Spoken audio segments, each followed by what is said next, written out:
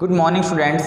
Last lecture में अपने method of preparation of ether start किया था और अपने सिलेबस में जितनी मेथड्स हैं उनका अपने उन्हें एक चार्ट बनाया था। अब अपने दोबारा से वो मेथड्स नोट करते हैं और अपने देखते हैं कि भाई जो भी मेथड्स हैं जो अपने यूज करेंगे उससे जो ईथर है उसकी फॉर्मेशन किस टाइप होती है। तो सबसे स्टार्टिंग में देखो, सबसे फर्स्ट मेथड जो थी वो थी laboratory method. Laboratory method. Second method थी वो थी इंडस्ट्रियल मेथड। थर्ड मेथड जो थी वो थी फ्रॉम एथेनॉल। फोर्थ मेथड जो है वो एक नेम रिएक्शन है और ये है Williamson synthesis.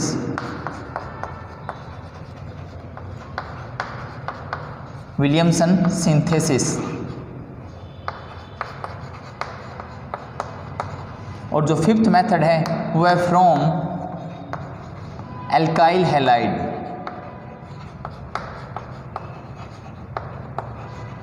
From alkyl halide. तो ये आपने 5 रिएक्शन इसमें अपने डिस्कस करेंगे। अब इसमें जो method of preparation of ether जो है इनमें ये जितनी भी रिएक्शंस हैं इनको आप कहीं न कहीं डिस्कस कर चुके हो। अगर आप लोगों ने 10th चैप्टर स्टडी कर लिया या अगर आप 11th चैप्टर में अगर आप मेरे साथ साथ चल रहे हो, मतलब यहाँ तक अपना जो पोर्शन हुआ है इतने वीडियोज़ अगर आप लोगों ने देख लिए हैं तो ये जो रिएक्शन है ये कहीं न कहीं पहले यूज हो चुकी हैं। ठीक है, तो अपने स्टार्ट करते हैं। इसमें जो स्टार्टिंग वाली 2 रिएक्शन है लेबोरेटरी मेथड और इंडस्ट्रियल यूजेस की जो मेथड हैं इनकी रिएक्शन बिल्कुल सेम है, कहीं भी कोई भी डिफरेंस नहीं है, बट इनका प्रोसीजर बताया गया है।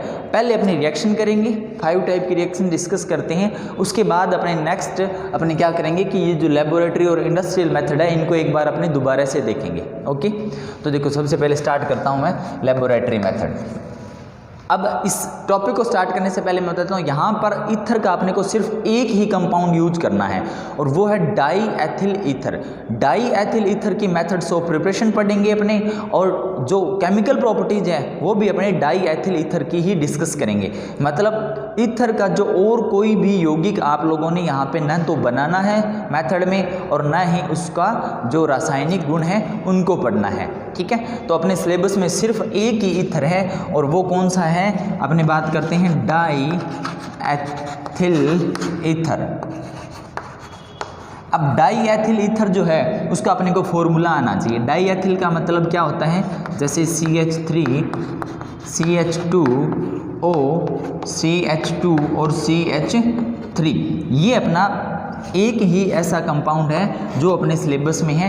अब इसी के तो मेथड ऑफ प्रिपरेशन डिस्कस करेंगे और इसी के अपने फिजिकल प्रॉपर्टीज डिस्कस करेंगे। अब ये डाई एथिल ईथर है, पहले अपने इसका IUPAC नेम देखते हैं कि IUPAC नेम क्या होता है। जब ऑक्सीजन जो है उसके दोनों साइड जो same number of carbon atom या अगर अपने बात करते हैं कार्बन परमाणुओं की संख्या अगर समान है तो अपने क्या करेंगे, ऑक्सीजन को किसी भी साइड या तो इधर इस साइड या इस साइड अटैच कर दो। अब ये जो ग्रुप बना है इसका नेम क्या होता है, एथॉक्सी। एथॉक्सी। और इधर क्या बचा हुआ है, इधर बचा हुआ है एथेन। क्या है, एथॉक्सी एथेन। तो ये इसका IUPAC नेम है। मतलब अपने एथॉक्सी एथेन की ही प्रिपरेशन करेंगे और एथॉक्सी एथेन के ही अपने केमिकल प्रॉपर्टीज डिस्कस करेंगे। अपने आ जाओ स्टार्ट करते हैं फर्स्ट मेथड लेबोरेटरी मेथड। इसमें क्या होता है देखो, इसमें यहाँ पर मैं यूज करता हूँ C2H5 या C अलग अलग लिखते हैं अपने, देखो यूज करता हूँ मैं CH3 CH2OH। ये क्या है, एथेनॉल। क्या है, एथेनॉल। और इसकी रिएक्शन कराते हैं अपने, इसको मैं हीट करता हूँ और किसकी प्रेजेंस में, H2SO4 की प्रेजेंस में 413 केल्विन तक। ठीक है, ये रिएक्शन आप पहले डिस्कस कर चुके हो। कहाँ पर कर चुके हो, जहाँ पर आपने अल्कोहल के केमिकल प्रॉपर्टीज़ डिस्कस की थी उसमें आपने ये रिएक्शन पढ़ ली पहले। ओके, अब दोबारा से देख लो इसको। तो जैसे कि मैंने आपको बहुत बार बता दिया कि अगर आप 10th चैप्टर अच्छे से कर लेते हो और 11th कर लो, तो उसके बाद में 12th और 13th अपने आप हो जाएंगे। अपने आप इसलिए हो जाएंगे क्योंकि वहाँ पर आपको बहुत ही कम ऐसी रिएक्शंस मिलेंगी जो बिल्कुल फ्रेश होंगी, न्यू होंगी, जिनको आप लोगों ने नहीं पढ़ा। अब देखो ये जो चैप्टर चल रहा है अपना, पहले अल्कोहल डिस्कस किया। अल्कोहल में जो जितनी रिएक्शन आई उसमें बहुत सी मैक्सिमम रिएक्शन रिपीट हुई, कहाँ पर, फिनोल में। अब जैसे अपनों ने ईथर स्टार्ट किया तो मैंने आपको बता दिया कि इनमें से बहुत सी रिएक्शन जो आपने करेंगे वो आप पहले डिस्कस कर चुके हो। तो आप कोई भी टॉपिक, जैसे आप लोग 10th चैप्टर का एल्किल हैलाइड, एरिल हैलाइड और अगर आप अल्कोहल, ये 3 ही टॉपिक अगर आप अच्छे से कर लेते हो तो उसके बाद में सभी रिएक्शंस क्या हो जाएंगी, रिवाइज होना स्टार्ट हो जाएंगी। सभी का मतलब मैक्सिमम रिएक्शंस क्या होंगी, रिवाइज होंगी। तो देखो जब मैं एथाइल अल्कोहल को, एथिल अल्कोहल है, ये क्या है, एथिल अल्कोहल, इसको हीट करता हूँ in the presence of H2SO4, मतलब H2SO4 की उपस्थिति में 413 केल्विन तक जब अपन इसको क्या करते हैं, गर्म करते हैं, तब क्या मिलता है अपने को, ईथर मिलता है। कैसे मिलता है, देखो ये रिएक्शन है, यहाँ से अपने को मिलेगा ईथर, ठीक है। अब रिएक्शन कराते हैं अपने, कैसे होता है, यहाँ पर जब मैं इसको हीट करता हूँ तो मेरे को अल्कोहल के 2 मोल यूज करने होते हैं। कितने, C2H5OH और C2H5O और H। और मैंने आपको बहुत बार बता दिया कि जब मैं H2SO4 लेता हूँ और उसको हीट करता हूँ, H2SO4 यूज करते हैं अपने कैटलिस्ट के फॉर्म में या रिएक्टेंट के फॉर्म में भी जब H2SO4 यूज करते हैं, तो जो भी रिएक्टेंट होगा, जो भी अभिकारक होगा, उसमें से H2O हट जाएगा। मतलब H2O मतलब पानी का एक अणु क्या होता है, निकल जाता है, ठीक है। तो देखो ये यहाँ से क्या हुआ, निकल गया, H2O निकल गया और ये क्या बचा, C2H5O और C2H5, C2H5O और C2H5 प्लस में H2O, ये अपना प्रोडक्ट बन गया। और ये क्या है आपको पता है, ये है डाई एथिल ईथर या डाई एथाइल ईथर, ठीक है। और यही मैंने आपको बताया था, अपने सिर्फ यही कंपाउंड डिस्कस करेंगे, ये C2H5 ही है, मैंने इसको इकट्ठा लिख दिया, ठीक है। तो कैसे बनाया अपनों ने, C2H5OH को इन द H2SO4 की प्रेजेंस में क्या किया। अब इसमें कई जैसे बच्चों मेरे से ये पूछ रहे हैं कि भाई यहाँ पर आपको टेम्परेचर याद रखना ज़रूरी है क्या। वो बच्चे ये पूछ रहे हैं कि भाई अगर मैं यहाँ पर जैसे टेम्परेचर की जगह मैं सिर्फ ये हीट वाला निशान लगा दूँ तो क्या होगा, है ना। तो ये टेम्परेचर आपको याद रखने बहुत ज़रूरी है। क्यों ज़रूरी है, एग्जाम्पल बताता हूँ। देखो अगर मैं C2H5 या अलग से लिखते हैं अपने, जैसे CH3CH2OH लेता हूँ, ठीक है, और इसको मैं हीट करता हूँ H2SO4 की प्रेजेंस में 443 केल्विन तक। कितने तक हीट करता हूँ, 443 केल्विन तक। मतलब पहले अपन ने कुछ थोड़ा सा कम हीट किया, उसके बाद में थोड़ी सी जो हीटिंग है, थोड़ा सा मतलब जो गर्म कर रहे हैं वो थोड़ा सा क्या कर दें, ज़्यादा कर दें, तब क्या होगा, तब भी यहाँ से ये C2H5OH ही है, मतलब ये एथिल अल्कोहल है। इसको मैं ऐसे नोट कर लूँ क्या, CH2 और H, मतलब ये क्या है, CH3CH2OH ही होता है। तो तब क्या होता है, जब अपने इसको 443 केल्विन तक हीट करते हैं, उस टाइम यहाँ से OH और H मतलब H2O रिमूव हो जाता है, हट जाता है।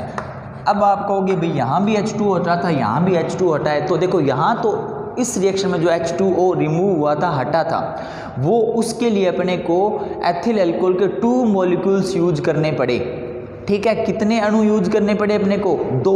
और यहाँ पर क्या है कि जब मैं टेम्परेचर को इंक्रीज कर देता हूँ, बढ़ा देता हूँ, तो यहाँ पर मेरे को सिर्फ एक मॉलिक्यूल से ही H2O हट जाता है। एक मॉलिक्यूल से क्या करना है अपने को, H2O रिमूव करना है। और यहाँ पर प्रोडक्ट क्या बना, ये H हट गया, ये OH हट गया, तो यहाँ पर CH2 डबल बॉन्ड CH2 मतलब एथीन मिला अपने को। क्या मिला, एथीन मिला। तो अब देखो अपने क्या नोट कर सकते हैं, अपने ये लिख सकते हैं लैंग्वेज में, अगर अपने लिखना चाहें कि अगर मैं एथाइल अल्कोहल जो होता है, एथिल अल्कोहल होता है, उसको H2SO4 और 413 केल्विन तक हीट करता हूँ तब तो मेरे को मिलता है ईथर। क्या मिलता है? ईथर। और अगर मैं इसको क्या करता हूँ H2SO4 और 443 केल्विन तक हीट करता हूँ तब मेरे को मिलता है एथीन। ठीक है, आपने ये वाली जो बात है ये आपने अलग से याद रखनी है। ठीक है, अब देखो टेम्परेचर का फर्क हुआ, ये क्या है, ये जो है एथिल अल्कोहल है, H2SO4 है, और यहाँ भी एथिल अल्कोहल और H2SO4 है, मतलब अपने जो रिएक्टेंट ले रहे हैं वो तो है सेम। सिर्फ अपने क्या फ़र्क हुआ यहाँ पर, डिफरेंस क्या है कि टेम्परेचर का फ़र्क है यहाँ पर। ठीक है, यहाँ पर 413 केल्विन है, यहाँ पर 443 केल्विन है। तो जब अपने अलग अलग टेम्परेचर पे हीट करते हैं तो अपने जो प्रोडक्ट होते हैं वो भी क्या होते हैं, डिफरेंट या अलग अलग प्रोडक्ट मिलते हैं अपने को। तब आपको ये ध्यान रखना है कि भाई जिस रिएक्शन में जो टेम्परेचर दिया हुआ है उसी को याद करना है। ओके, ये होगी फर्स्ट रिएक्शन कंप्लीट। अब देखो ये जो सेकंड रिएक्शन है ना, इंडस्ट्रियल पर्पज़ के लिए जब अपने इसको बनाते हैं इंडस्ट्रियल मेथड में, तब भी आपको यही रिएक्शन डिस्कस करनी है। मतलब आप देखो अब लेबोरेटरी मेथड और इंडस्ट्रियल मेथड है, दोनों की रिएक्शन सेम है, दोनों का प्रोसीजर अलग अलग है। प्रोसीजर अपने नेक्स्ट लेक्चर में बात करेंगे। ठीक है, तो अभी अपनों ने क्या बात की है कि इंडस्ट्रियल मेथड और जो लेबोरेटरी मेथड है, मतलब जो प्रयोगशाला विधियाँ और जो औद्योगिक विधि है, दोनों की बनाने की विधियाँ और दोनों की जो अभिक्रियाएँ हैं या रिएक्शन है वो बिल्कुल सेम है, उसमें कोई भी डिफरेंस नहीं है। अब आप कहोगे भी सेम कैसे हो सकता है, तो मैंने आपको बताया कि उनका जो बनाने का प्रोसीजर है, मतलब उनके बनाने का जो तरीका है वो अलग अलग यूज होता है, वो मैं कल नेक्स्ट लेक्चर में अपने बात करेंगे। ओके, अब अपनी बात करते हैं next from ethanol. Third method discuss करते हैं अपने। तो देखो थर्ड मेथड क्या है, एथेनॉल। तो इसमें भी एथेनॉल यूज हो रहा है, एथाइल अल्कोहल या एथेनॉल एक ही होता है, और उसमें भी किससे क्या लेंगे अपने, एथेनॉल ही लेते हैं अपने। तो देखो उसके लिए अपने को क्या चाहिए, कैसे रिएक्शन कराएंगे अपने।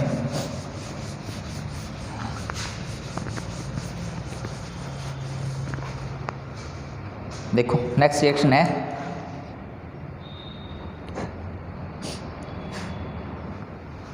Ethanol, C2H5OH ethanol.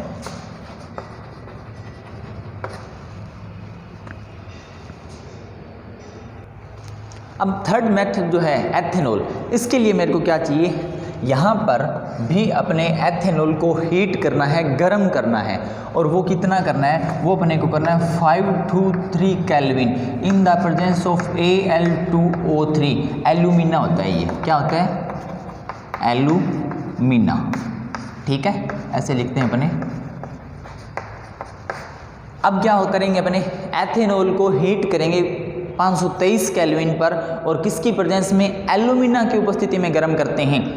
तब अपने को क्या मिलता है, ईथर मिलता है। वो कैसे मिलेगा, प्रोसीजर जो अपनों ने पहले पढ़ लिया वही है, बिल्कुल बहुत ही इजी रिएक्शन है ईथर की। तो देखो क्या करेंगे, यहाँ पर भी अपने को ईथर की फॉर्मेशन होती है, या जो प्रोडक्ट होता है वो क्या मिलता है, ईथर। कैसे करेंगे, यहाँ पर C2H5OH और C2H5OH यूज करते हैं। ठीक है, और किसकी प्रेजेंस में, Al2O3 और 523 केल्विन, इतना क्या चाहिए अपने को, टेम्परेचर तक हीट करना है। तो जब अपने हीटिंग करते हैं, देखो कोई भी आप एक से ध्यान रखना कि ऐसा कोई भी प्रोडक्ट हो उसमें O और H हो, तो जब अपने उसको हीट करेंगे ना तो उसमें से H2O मॉलिक्यूल को बाहर निकालना है, मतलब H2 अणु है वो क्या होगा, हट जाएगा, उसको अपने क्या करेंगे, बाहर निकालेंगे। तो देखो ये रहा, अब क्या बना अपना प्रोडक्ट, क्या बना, C2H5O और C2H5, मतलब ये भी क्या है, डाई एथाइल ईथर,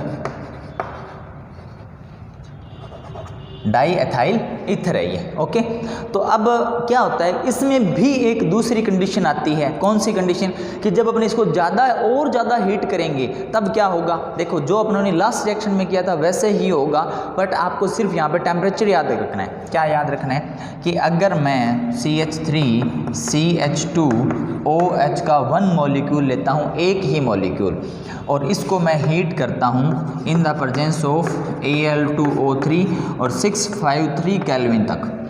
किस केल्विन तक, 653 केल्विन तक जब मैं इसको हीट करता हूँ तब क्या हो जाता है, यहाँ पर वापस मैं इसको ऐसे नोट कर लूँ क्या, CH2 और H, तो यहाँ से ये OH और H क्या होता है, रिमूव हो जाता है, हट जाता है, तो CH2 डबल बॉन्ड CH2 बन जाता है और यहाँ से H2O क्या होता है, हट जाता है, ये क्या बना, एथीन।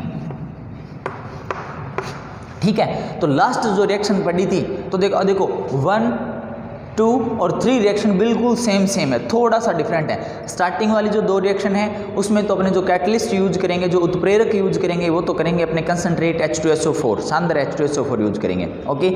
और जो अपनी थर्ड रिएक्शन है उसमें अपने यूज करेंगे Al2O3 मतलब एल्यूमिना, ओके, इसका नाम क्या होता है, एल्यूमिना। तो अब यहाँ से भी क्या मिला कि एथाइल अल्कोहल को हीट किया अपनों ने 523 केल्विन तक, तो अब मिला मेरे को डाई एथिल ईथर।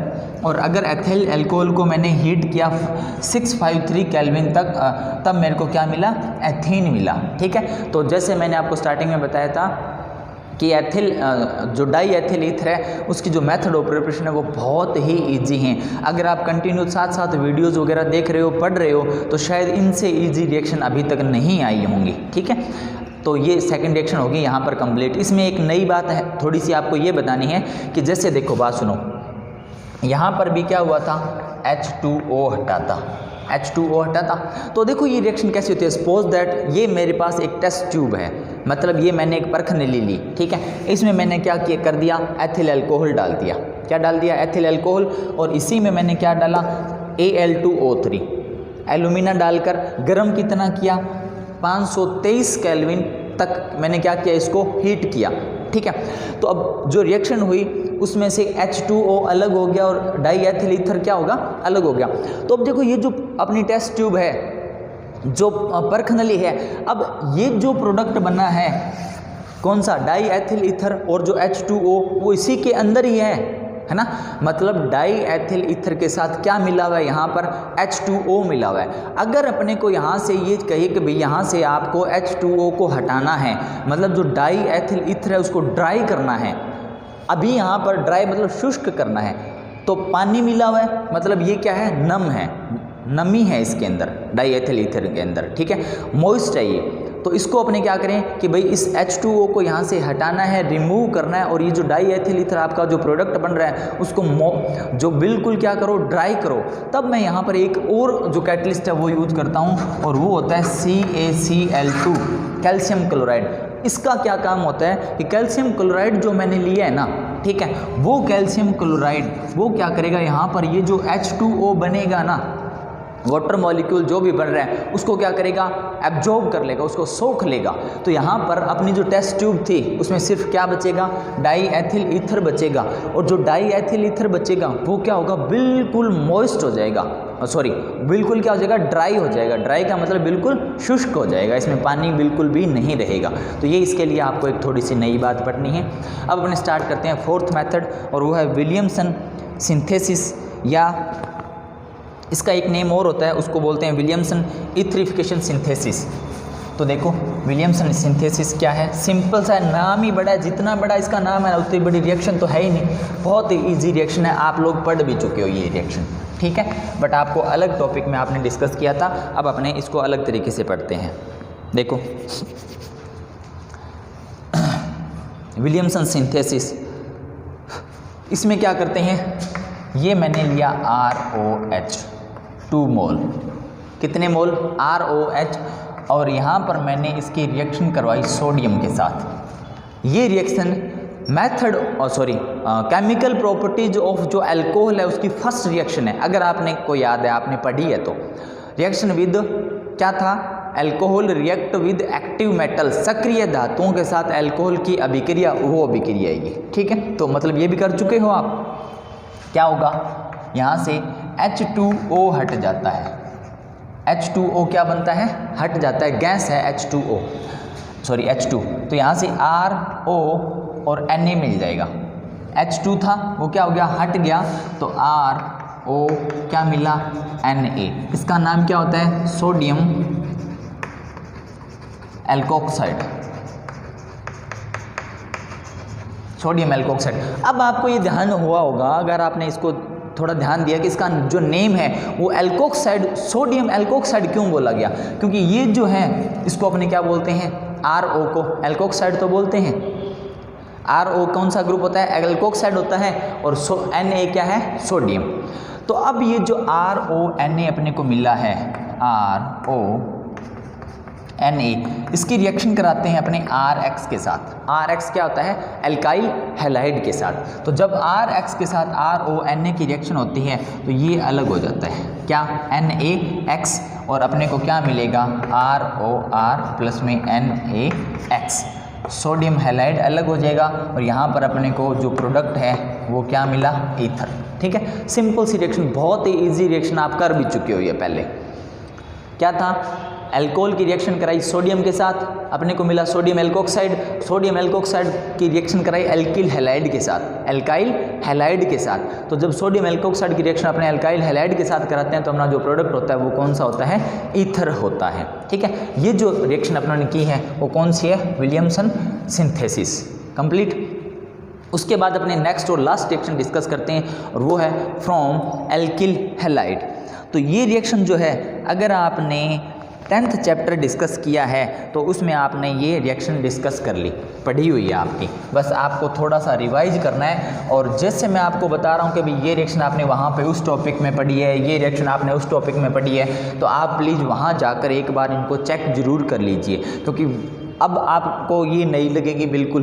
ठीक है, तो अब अगर आपने पहले से इसको डिस्कस कर लिया आपने, या इसको पढ़ चुके हो, आप याद कर चुके हो, तो आप वहाँ जाके ही पढ़िए इसको। ठीक है, और रिएक्शन वैसी ही होगी, ताकि आपने जहाँ पे याद किया है उसको वो दोबारा से क्या हो जाएगा, रिविजन भी हो जाएगा। तो फ्रॉम एल्काइल हैलाइड क्या होता है, देखो ये मेरे पास है एल्किल हैलाइड, क्या है, एल्किल हैलाइड। इसकी रिएक्शन कराता हूँ मैं Ag2O के साथ, ये ड्राई है, क्या है, ड्राई Ag2O, ड्राई का मतलब शुष्क Ag2O के साथ रिएक्शन कराता हूँ, तब अपना जो प्रोडक्ट होता है वो मिलता है ईथर। क्या मिलता है, ईथर मिलता है। रिएक्शन कैसे कराएंगे, देखो ये मेरे पास है RX, RX के मेरे को यूज करने हैं 2 मोल। कितने मोल यूज करने हैं, 2 मोल। तो यहाँ पर रिएक्शन कैसे कराएंगे, AgO और Ag। ठीक है, Ag2O तो है, ये सिल्वर ऑक्साइड बोलते हैं इसे, शुष्क है, बिल्कुल ड्राई है, ये हटा दो यहाँ से, और क्या मिला, ROR। अपना जो प्रोडक्ट है वो क्या है, ROR प्लस में AgX के कितने मोल मिल जाएंगे, 2 मोल। ठीक है, बहुत ही सिंपल रिएक्शन है, बट ये रिएक्शन बहुत इंपॉर्टेंट है। इंपॉर्टेंट इसलिए है क्योंकि इसमें क्या होता है कि इस चैप्टर में, कौन से में, 10th चैप्टर में यहाँ पर अपने 2 रिएक्शन डिस्कस की थी। कौन कौन सी की थी, अभी बताता हूँ। दूसरी वो क्या था, ये कहता है कि अगर RX जो है इसकी रिएक्शन मैं कराता हूँ Ag2O एक्वस के साथ, एक्वस मतलब जलीय Ag2O के साथ रिएक्शन कराता हूँ, तब यहाँ पर अपने को अल्कोहल मिलता है। क्या मिलता है, अल्कोहल। एक तो रिएक्शन ये है, दूसरी रिएक्शन ये है। तो देखो क्या हुआ कि जब एल्किल हैलाइड की रिएक्शन अपनों ने करवाई किसके साथ, ड्राई Ag2O के साथ, तब तो अपने को मिला ईथर। क्या मिला, ईथर मिला। और अगर मैं एल्किल हैलाइड की रिएक्शन कराता हूँ किसके साथ, Ag2O एक्वस के साथ, जलीय Ag2O के साथ रिएक्शन कराता हूँ, तब मेरे को मिलता है अल्कोहल। तो देखो यहाँ पर RX है, Ag2O है, Ag2O है। ठीक है, मतलब जो रिएक्टेंट है वो बिल्कुल सेम है, थोड़ा सा डिफरेंस ये है, यहाँ पर Ag2O है वो तो ड्राई, और यहाँ पर Ag2O है वो क्या है, मॉइस्ट है, या एक्वस Ag2O इसको आप बोल सकते हो। तो यहाँ पर अपने को क्या मिलता है, अल्कोहल मिलता है। ठीक है, तो अब देखो ये अल्कोहल की फॉर्मेशन कैसे हुई वो देखना है आप लोगों ने। ठीक है, तो यहाँ पर क्या होता है कि ये Ag2O है, अब इसको एक्वस कैसे करेंगे, इसमें मैंने मिला दिया वाटर। क्या मिला दिया, वाटर, पानी मिला दिया। ठीक है, तो ये रिएक्शन कैसे होती है, ये ऐसे होती है, Ag प्लस H और OH। ठीक है, तो यहाँ से ये प्रोडक्ट बनेगा अपना, क्या बना, AgOH, और बचा हुआ क्या है, AgOH। मतलब इस रिएक्शन से मेरे को 2AgOH मिलते हैं। क्या मिलते हैं, AgOH। तो जब अपने इसको नोट करते हैं, इसको लिखते हैं ना, या आपको जो क्वेश्चन आएगा वो तो इसी स्टाइल से आएगा कि जो एल्किल हैलाइड है रिएक्ट विद एक्वस Ag2O। अब ये जो एक्वस जब अपनों इसको किया, मतलब Ag2O के अंदर जब अपने वाटर मिक्स करते हैं, मतलब उसमें उसको वाटर में सोल्यूबल करते हैं, वाटर में विलय करते हैं, तब क्या होता है, Ag2O है, पानी मिलाएंगे तो ये किस में बदल जाएगा, AgOH, सिल्वर हाइड्रोक्साइड में बदल जाएगा। अब यहाँ पर जो रिएक्शन होती है वो कैसे होती है, देखो अब क्या होगा कि यहाँ पर RX है अपने पास, क्या है RX। अब ये रिएक्शन नहीं करता, एक्चुअल में रिएक्शन कौन करता है, रिएक्शन करता है AgOH। तो देखो यहाँ पर क्या हुआ कि AgX तो अलग हो गया और ROH मिला, क्या मिला अपने को, ROH प्लस में AgX, ये कोई ज़्यादा वैल्यू नहीं रखता। तो यहाँ पर क्या मिला, अल्कोहल। तो अब दोबारा से देख लो, जब एल्किल हैलाइड की रिएक्शन कराते हैं ड्राई Ag2O के साथ तो बनता है ईथर, और जब एल्किल हैलाइड की रिएक्शन कराते हैं एक्वस Ag2O के साथ तब मिलता है अल्कोहल। ये देखो ROH है, ये क्या है, ये अल्कोहल ही तो है ना। तो ऐसी कोई भी जो 2, 3, 4, 5 ऐसी रिएक्शन मिले आपको जिसमें रिएक्टेंट सेम हो, मतलब अभिकारक सेम हो, और जो प्रोडक्ट हैं, जो उत्पाद हैं वो अलग हों, वो रिएक्शन इंपॉर्टेंट होंगी। ये दोनों रिएक्शन, इसमें से ये वाली रिएक्शन बहुत अधिक बार एग्जाम में पूछी गई है, वेरी वेरी इंपॉर्टेंट रिएक्शन है। ओके, तो आज अपनी रिएक्शन होगी ये कंप्लीट।